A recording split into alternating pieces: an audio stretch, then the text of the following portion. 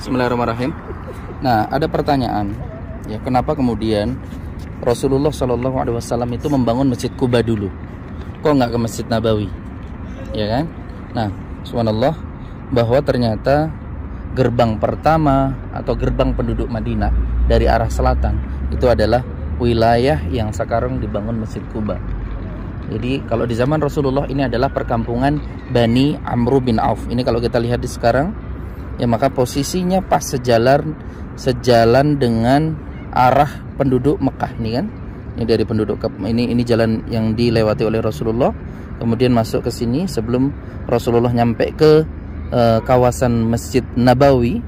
Ya. Nabawi yang mana, Ustaz? Nabawi di sini. Kenapa Nabawi dibangun di sini? Karena di sinilah kerabat dekat Rasulullah tinggal. Namanya kabilah Bani Najjar.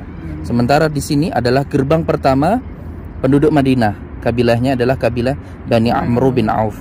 Nah, sebelum membangun Masjid Kuba, maka Rasulullah singgah ke sebuah kawasan namanya Bustan Al-Mustadhil. Nah, kita lihat di sana. Nah, tuh diperlihatkan di sana.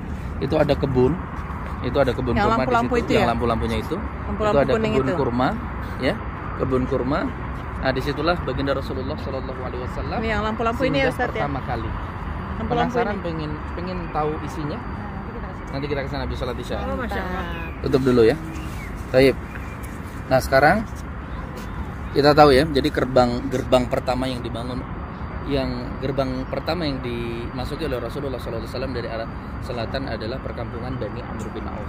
Rasulullah nggak langsung ke sini dulu, tapi disambut oleh sahabat, ya, di kawasan yang namanya Bustan Al-Mustadil. Kenapa disebut sebagai Al-Mustadil?